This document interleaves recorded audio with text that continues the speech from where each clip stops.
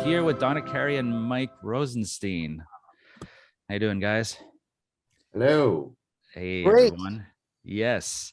So I don't get it wrong. I'll let you guys introduce yourselves. I'll throw it in your court. So go for it. Sure. Grab away. Yeah, Mike. No, Donick. Donick. Go for it. That's okay. Hey, I'm Donick Cary. I'm a writer, producer, director. You may know me from such things as The Simpsons and David Letterman and Parks and Recreation and Silicon Valley, shows like that. In this space, we did a movie called Have a Good Trip, Adventures in Psychedelics, which airs on Netflix, with my good friend, Mike Rosenstein, who I'm going to throw it over to, who I'm in the process of starting a much larger psychedelic studio with. Mike, take it away. Yes, Donick Cary, the great, directed and wrote and produced Have a Good Trip. And yeah, I produced that movie with him when I was at Ben Stiller's company, Red Hour. I worked there for about 10 years, and I'm a TV and film producer. I'm currently executive producing the Eric Andre Show, season 6, coming soon. And yeah, we're excited to talk to you. And I'm a subscriber to Psychedelia Magazine. Psychedelia. Thank you very much. Thanks for your Just support. blur out my address because I just put that on there. Mike has the hard copy, old school. Yeah. So you guys are kind of the like the Netflix psychedelic original gangsters before Michael Pollan's coming in, stealing your thunder. You guys were there first. Yeah, absolutely.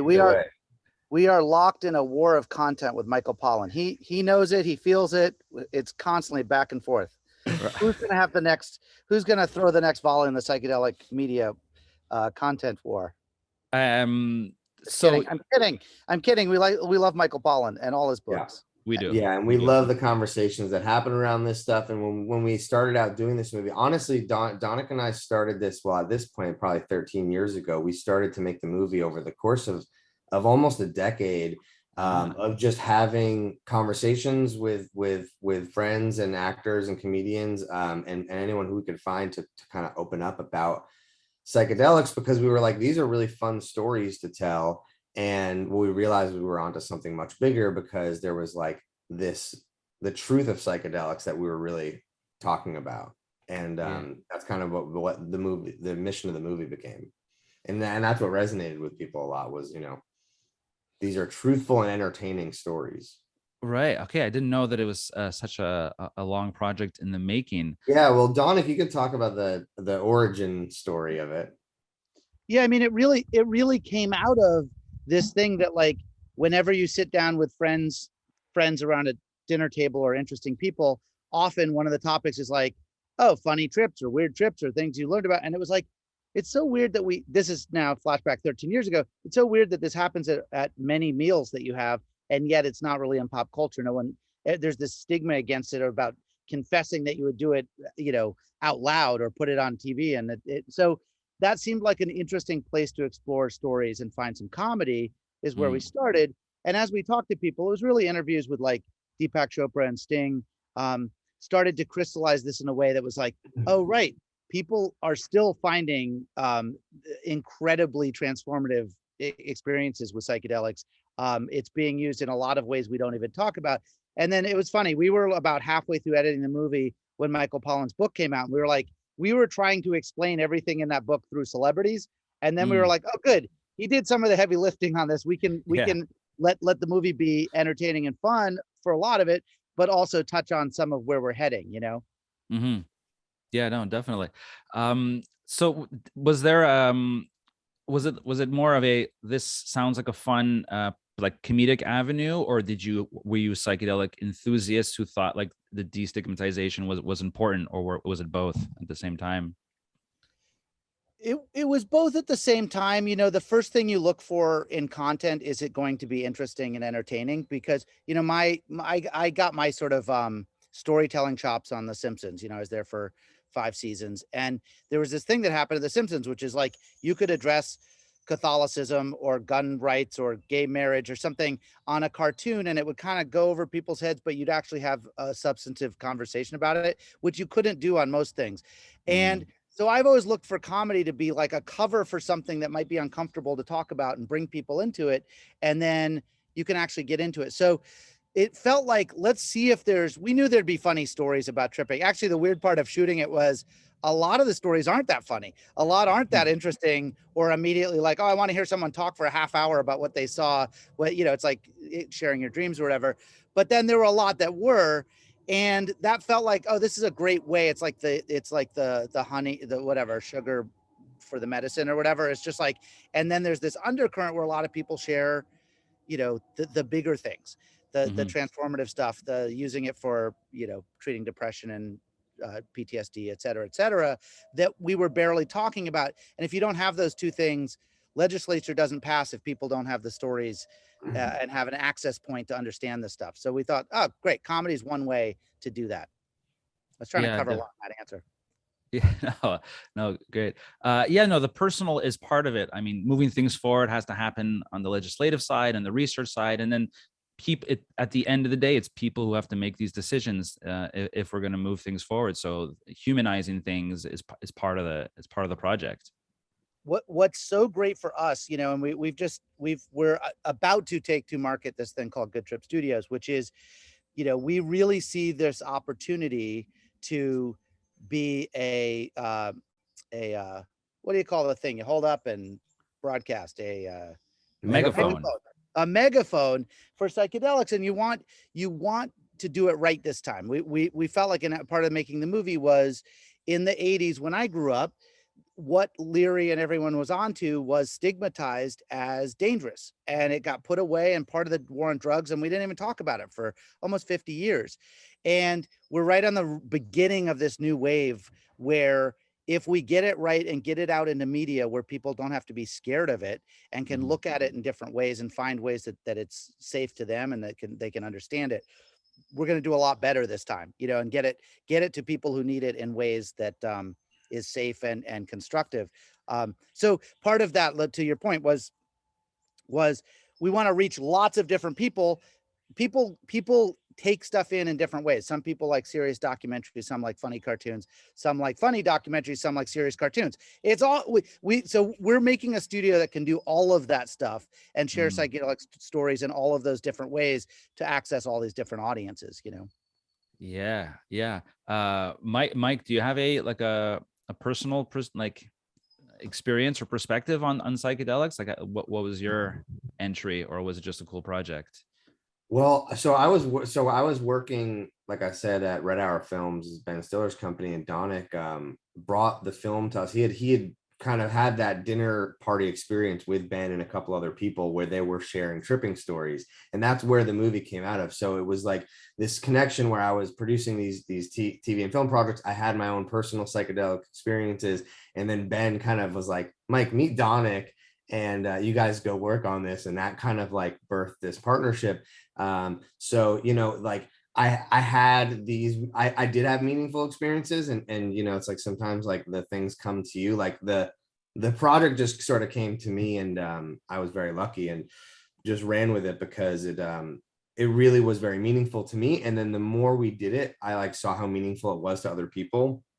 I would just even through the process, sharing it with friends and sharing it with people who I knew would appreciate it, how excited people got about just like, oh, here's this little story that we cut together with Anthony Bourdain or whatever. People were like, this is the coolest thing I've ever seen. So I was like, oh, we're really on to something that's exciting, not only for us personally, because we were like, oh, this is just a passion project for us, but we realized like a lot of people want to talk about this, and a lot of young people are interested in this. And it came out, right in May 2020, and a lot of young people really were talking about psychedelics and mental health and on social media, and it became a much wider audience than we even expected. So we were like, oh, there's conversations happening out here. So it's sort of yes, I had a deep connection to it because it's both psychedelics and comedy, and so yeah, it's my favorite thing to work on.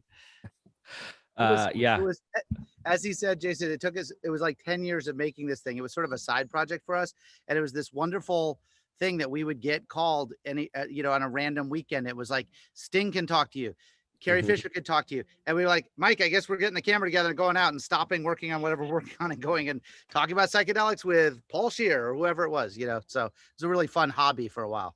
Yes, best job ever. It was, and Carrie Fisher was one of the best days ever. She invited us into her home. She said, just take a tour of the house, and there's like trippy art everywhere. And when I say everywhere, from every inch of the kitchen walls to the trees in the backyard, there is like art everywhere. From the toilet seat to the, everywhere. Okay, I didn't know she was that much of an enthusiast. She really was. This was the hardest part of the movie, which was we spent almost 3 hours with Carrie Fisher, and we're like, well, that's a whole docu-series on its own. Right there. Yeah. All right, let's talk to Bourdain. Oh, there's an hour and a half of like amazing Bourdain stories, and we were sort of like, well, how do we put this into an hour? How do we put this into an hour and 20 minutes? So is there a part 2? You guys, what do we are working on a part 2? Yes. Okay. All right. We'll leave it there. So I thought I had what you're talking about. Comedy is like allowing you access to subjects maybe that would be harder to bring up. Like, was it a tough sell, or were the higher ups ready for psychedelics, or did the comedy give you the cover to be able to do it? I wanted to say that it was a little bit of a tough sell, honestly, to get people to open up about it. And this is part of why it took us so long, is because over the course of that 10 years, whatever, we reached out to like, almost everyone in Hollywood and music and in the arts. And there was people in sports, and a lot of people didn't want to talk about it. Since the movies come out in the last 2 years, a lot more people are very open to talking about it. People from the sports world, you're hearing about football players who microdose and things like that. So, that which is also why we're working on part 2, because there are just so many more public figures who are now open to talking about it. The science is there's so much more out there and so many more people studying it. So it's like so much has changed even in the last 2 years. Yeah, no, it's exponential. We really felt like we owed it to ourselves to try to both share a bunch of interesting stories and help destigmatize a little bit, but also tell that first chapter, which is where we came from, why didn't we talk about it for so long, and the pros and cons of this stuff a little bit through okay, hold on one second. Hey guys, I'm sorry, we're just recording. Thank you. It's lunchtime in the house. It's getting exciting. There's sandwich meats being laid out. But yeah, beyond the stigmatizing, we wanted to lay in a light story of why this stuff was so scary to people, why that got it put away. And we really feel like there's a part 2 that is like, the future is interesting. Here we go. So we feel like that was like the halfway point, honestly, of what this movie can be. And at the studio level, tough sell as well. Yeah, we took it out, and so part of the fun of this is we basically ended up it's a little more complicated than this, but we basically ended up making ourselves. Mike and I ended up financing it, and we're about 3/4 of the way done when we took it to market to see what it would be like out there before we put in X amount more money, and there was a lot of interest, but there was also a lot of like, as anything in Hollywood, it's always morphing and changing. So some of the places that were interested were suddenly being bought by Disney, and suddenly a drug movie didn't seem quite right, as we were in the middle of like, hey, maybe a deal would look, oh no deal. Or another studio might be like getting financing from China right at the time when they were going to buy this, and China doesn't want drug movies. Like that was definitely a part of our the normal things that you up or down your odds of selling it. Was like, oh right, some places are not going to touch this. And but obviously, we had a huge cast, and Netflix honestly was very attractive to us because it's a worldwide platform, and it got to so many countries where psychedelics are even more taboo than here.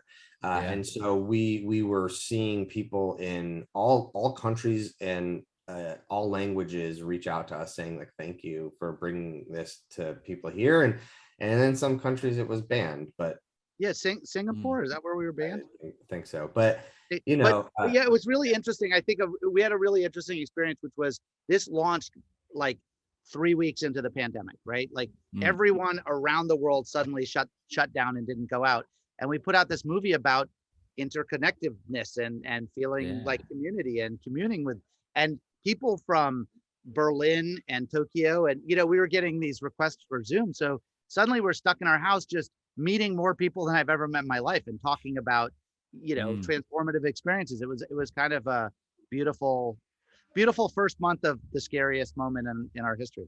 Yeah. Yes, as a fortuitous launch in a weird scenario. So that's a good segue to your next project, maybe. What was it? Good Trip Studios? Yeah. What's Yeah. happening? Mike, you want to give the headlines or Yeah, well, we can't talk too much about it. It's a little bit under wraps at the moment, but we're Donick and I are working on developing a lot of projects, TV and film and live experiences, and all in this space. And I think it's something that people really want and something that we're really excited about. And we're working on also we've done a few things with maps and love the people over there, and we have a partnership with them. We're working on something for Psychedelic Science 2023 with them that we'll talk about soon. And we're gonna have announcements in the next few months about kind of the projects that we're doing, and we're gonna hopefully be talking at Wonderland. Wonderland, and Yes. we'll have some exciting stuff to talk about and show then also. Yeah. yeah. Yeah. Yeah. So, go ahead. Sorry, Jason. No, nothing. Just you guys are kind of penciled in for a psychedelics and film panel at our Wonderland event in Miami in November. So, anything you want to say on that? Well, yeah, I mean, I'm hoping all of these things line up perfectly, which is like we're in the process of announcing a slate of new content that we're making. What's fun about, and we could show clips of that, some previews and some clips of stuff. We can also show some outtakes from the movie, maybe some things that didn't make the movie that will be part of a second one, or who knows, but we'll bring lots of clips. What's exciting right now is I think to us is there's so many ways, telling stories in a psychedelic space gives you a lot of freedom, certainly, of how to tell stories, but there's also a moment right now where people are consuming, I hate saying content over and over, but people are consuming content in so many different ways that stories can be told in different ways. So we're pouring psychedelics on top of this, whether people are consuming something through an NFT via a podcast that becomes a t-shirt, there's like different ways of making a show that I think there's some traditional stuff we're working on, then there's some very non-traditional stuff that we're working on. So excited to share that. I mean, we should also talk about our NFT, right? Our Trippy Toads project, Yeah. which Yeah, is sort of part of this also, Yeah, we Yeah. released we released an NFT called Trippy Toads, and you can find it on through our Instagram, which is Good Trip Netflix, or our Twitter. It's just Trippy Toads NFT, and we're doing a few things with that. One is we're looking at it as a way to develop an animated series. So we have all these characters, and we're writing and developing a show. We're involving the community in the writing process. We're having open writing rooms where the community can pitch ideas to us, and we can do that. And then we're doing things like we're selling these t-shirts and donating 100% of the sales to maps, and supporting psychedelic causes also through it. So Very cool. let me zoom back a little bit, because it's, there's a lot of NFT projects, right? NFTs can mean a lot of things right now. We thought there was a very direct way to define this, which was just like, we're going to sell a bunch of designs that are part of a cartoon, and we're going to make a cartoon out of it. That's a really easy thing to wrap your head around. What I didn't realize as we started doing it was we were actually building a community to build that cartoon with, not just a creative team, but a whole city of people who are are part of the project. And this other thing to me that was really interesting is like, if you step back and develop The Simpsons, you'd go into Fox and you draw 4 characters and go, it's about a family and they live in this town, and maybe you'd pitch Mo and Apu or something, and you'd be like, that's what the show is. And then over 30 seasons, you develop 7,000 other characters who are part of that world. So we put out this NFT that is 7,000 characters, and are like, oh, we have The Simpsons at 30 years in. Now we're going to zoom back in on some stories within that universe. Like, there's already a universe there. Let's zoom in on the series. One of the funnest things we've done so far was we had an open writers room with our community and invited everyone who is a toad holder, come and talk about ideas. Let's see what we want to do. What do you like about this? What don't you like about that? I've spent my career running writers' rooms with 10 or under, and suddenly we had 500 plus people, tapping in and pitching ideas. It was great. It was super fun. Toad holders. Toad holders. Excellent. So yeah, so kind of like crowdsourcing content in some way. In a way, it's like, one of the first jobs I had, I was the head writer when I was very young. I worked my way through the ranks at Letterman and ended up being the head writer. And the job was described to me as like, you are a funnel. All the writers pour their stuff in and you figure out the best stuff and then present it to Dave. And I feel like that's this thing of like, we just have a giant funnel. We don't just have 10 writers. We have a whole Toad community to pour stuff in and see what the best of it is that comes out the into the test tube. What makes it into the test tube? Yeah, and it's an interesting community that they have a real crossover. They're all fans of Have a Good Trip. They're all into psychedelics, and they are artists and writers. So it's like a community of creatives that love cartoons. Love cartoons, and they're just like behind this thing. It's more fun, I think, than we even expected. But yeah, we're working on that too as part of the studio, and it's a exciting futuristic way to produce stuff, because there's funds for a pilot, and we can support causes through future ways. Like I know Maps just did an NFT auction that seemed very successful for them that I saw. We're talking to them about participating in another one. So there's tons of possibilities there. Yeah. Can we talk about the DGs, Mike? No, it's just a joke. We keep teasing Rick Doblin about Doblin's Goblins NFT. Oh, we did tell Rick to release an NFT. That was a joke. Yeah, Doblin's Goblins. Yeah, that's a good one. Man, I agree. He's behind it. Copyright Have a Good Trip Studios. Yeah, and look, anything we can do to support Maps, I think what they do is great. We hosted an event with them recently with a bunch of actors and directors and people, really to encourage the idea of psychedelic storytelling, and like in the mainstream media, getting this messaging out there beyond just like documentaries. So that was a very fun event. Rick came and spoke and answered questions from a bunch of people, and it was really nice.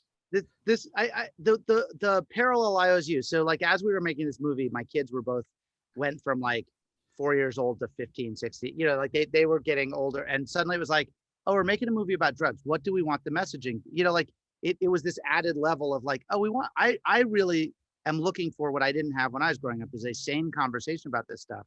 And places like Maps are having a sane conversation about it. They're doing the research, they're talking about it. They're saying it's not good for everyone. It's not right for every brain. It doesn't belong in the in the groundwater or whatever, but it's incredibly powerful. Let's talk about the right ways to the answer is not to put it away and not talk about it at all, so I don't know, that was an interesting, we're constantly finding partners like Maps that we love working with, who seem to have a sane future where these can be a big part of it, but we still got a handle on some sort of shared reality. Yeah. Well, that's what I like about how the space is kind of developing now.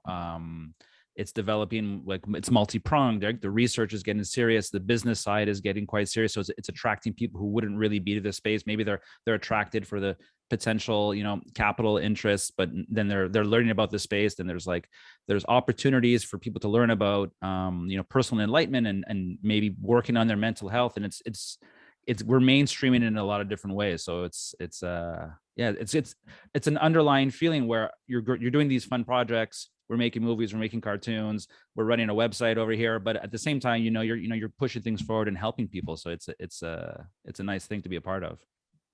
Yeah, and that's a big part of it. One of the big moments for me was my father-in-law he's not conservative, but he's not, he's an old dude who would never, ever, ever talk about psychedelics. He watched the doc because his son-in-law made it. He saw Sting say, think of these as medicine. That, don't be scared. And he went, when Sting said that, I was like, I read this other book. And I was like, everybody needs a Sting for them to tell them to just relax. It's going to be okay. And it opens a little door. My father-in-law is now somebody who won't vote against it. He may never do it, but he's not going to vote against it and keep it out of the hands of somebody who might need it, which is kind of awesome. We're doing the Lord's work. To the extent that to whatever existence of Lord. Yeah. Anyway. Yeah, exactly. However you want to define that. Yeah. Okay. Well, Zoom is counting me down because I didn't realize 3 people gives us a time limit there. So I got to upgrade to Pro for my next phone call. But this is awesome. And yeah, Maps is going to be at Wonderland. Rick will be there speaking as well. Awesome. So I look forward, and like, if you guys have other news, we could touch base again. And if not, maybe we'll do a live chat in Miami. That would be great. Yeah. We'd love to.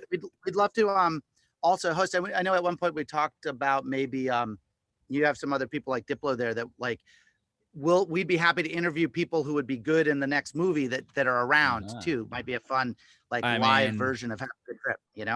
Yeah, there's a ton. There's gonna be it's like you could go ahead and harvest all the people there. There's gonna be a ton. Yeah, a lot of options there. Yeah, it'll be fun. We really love what you guys are doing, so appreciate that. Yeah, no, ditto. All right, let's do this again. I appreciate the chat, and I'll hit stop on this recording. And thank you. All right, guys, good luck, and let's speak soon. Thanks, Jason.